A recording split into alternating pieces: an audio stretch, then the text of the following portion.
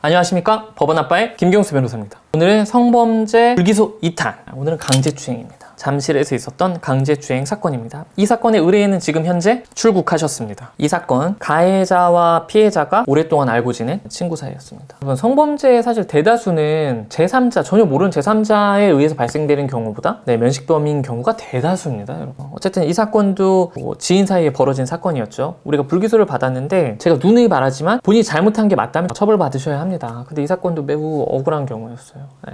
실제 그 상대 피해자 분이랑 이분이랑 뭔가 신체적 접촉이 있었던 건 사실이에요. 방금 말씀드린 대로 이 사건은 올림픽공원 내에 있는 가해자의 차량 안에서 이루어졌습니다. 가해자와 피해자가 늦은 밤 올림픽공원에서 커피 한잔 하면서 얘기를 나누고 있었어요. 그걸 같은데. 예. 여러분, 그할 컨셉 그할 컨셉 아닙니다. 얘기를 하고 있었어요. 그런데 말입니다. 나 웃길 거예요. 얘기를 하고 있었어요. 근데 얘기를 하다가 자연스럽게 스킨십이 이루어졌죠. 사실 피해자가 어떻게 했는지는 저는 정확히 이제 모르겠고, 어쨌든 가해자분이 약간 적극적으로 이제 스킨십을 하셨어요. 키스도 하시고 스킨십을 하고 있었는데 갑자기 여자분이 오늘은 그만 하셨다고 하더라고요. 그리고 나서 이제 정상적으로 얘기를 하다가 며칠 있다가 여자분이 남자를 강제추행으로 고소하신 거예요. 강제추행. 저는 충분히 강제추행이 인정될 수도 있다고 생각해요. 지금 이 정황만 놓고 보면. 어쨌든 여자한테 적극적인 동의 받지 않고 스킨십을 한 건 맞으니까. 그때 여자분의 행동이 어땠는지, 여자분이 적극적으로 같이 스킨십에 임했다면 좀 얘기가 달라지지만, 그게 아니었다면 그만하라고 얘기를 했으니까 이거 충분히 문제 소진이 있다고 판단하거든요. 이게 팩트예요. 이게 사실이었어요. 그럼에도 불구하고 이 사건은 불기소로 끝났습니다. 그 이유가 뭘까요? 아니요. 우리가 그 강제추행, 그 스킨십을 하게 된 그 경위에 대한 나름의 스토리와 이야기가 탄탄했죠. 이분도 제가 볼 때는 만약에 변호사를 처음에 선임해서 변호사와 같이 대동하지 않았다면 이 사건은 정말로 제가 볼 때 기소가 됐을 가능성도 있어요. 이분이 상대방이랑 주고받았던 카카오톡 내용을 제가 다 읽어봤어. 읽어보니까 이분 입장에서는 충분히 상대방이 그런 나의 어떤 스킨십에 대해서 동의해 줄 거라는 강한 심증, 강한 어떤 동기부여, 이 분에게 스킨십을 해야겠구나 라는 강한 동기부여를 오히려 여성분이 남자분에게 신호를 많이 보내셨어요.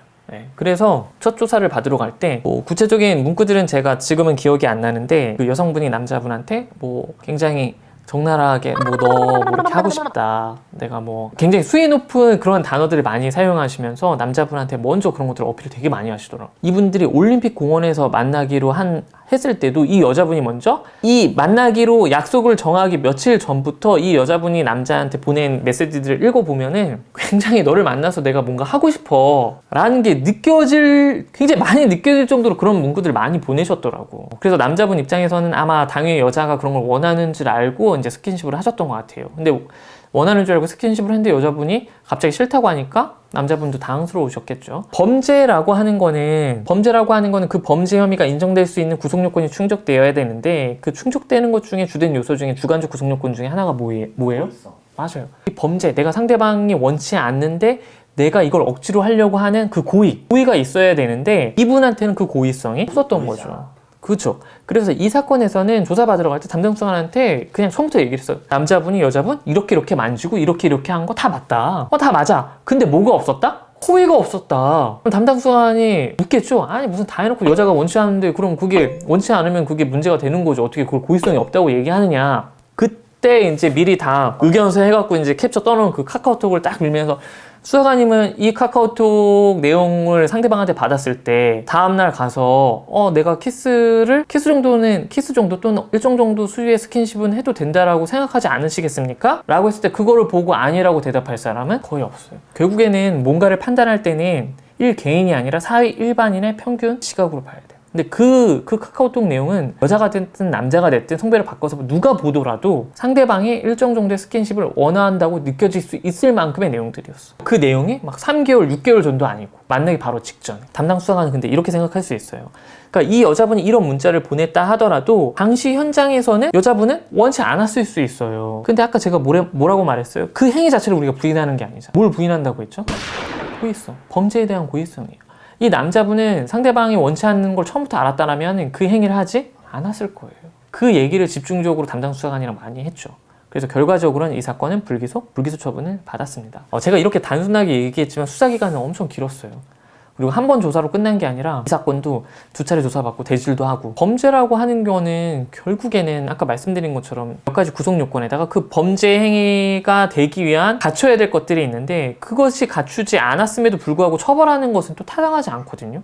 성범죄 사건이 정말 많이 일어나고 있어요. 그리고 요즘에는 과거와는 다르게 어떤 성과 관련된 문제가 생겼을 때 피해자분들께서도 적극적으로 문제 제기를 하고 계세요. 성과 관련된 문제가 생겼을 때 만약에 억울하신 상황이라면 매우 적절하게 대처하시는 게 중요하고, 억울하지 않은 상황이라면 제가 아까 말씀드린 것처럼 부인하지 마시고, 내가 잘못한 부분에 대해서 상대방이 원치 않는 관계가 이루어졌다면 그 부분에 대해서는 적극적으로 자백을 차라리 하시고 그에 맞는 합당한 처벌을 받으시는 게 맞습니다, 여러분. 다만 억울한 일이 있다면 꼭 변호사를 선임하십시오. 자백하는 사건이라 하더라도 우리가 대법원 규칙에서 내가 참작받을 수 있는 양형 사유들이 있어요. 근데 그 양형 사유들이라고 하는 건 일반인 여러분들은 다 알지 못하거든요. 오히려 내가 잘못한 것보다 더 많이 처벌받을 수 있게 되는 경우도 있기 때문에 가급적이면 항상 변호사를 선임해서 대응하길 바랍니다, 여러분. 네. 오늘도 이걸로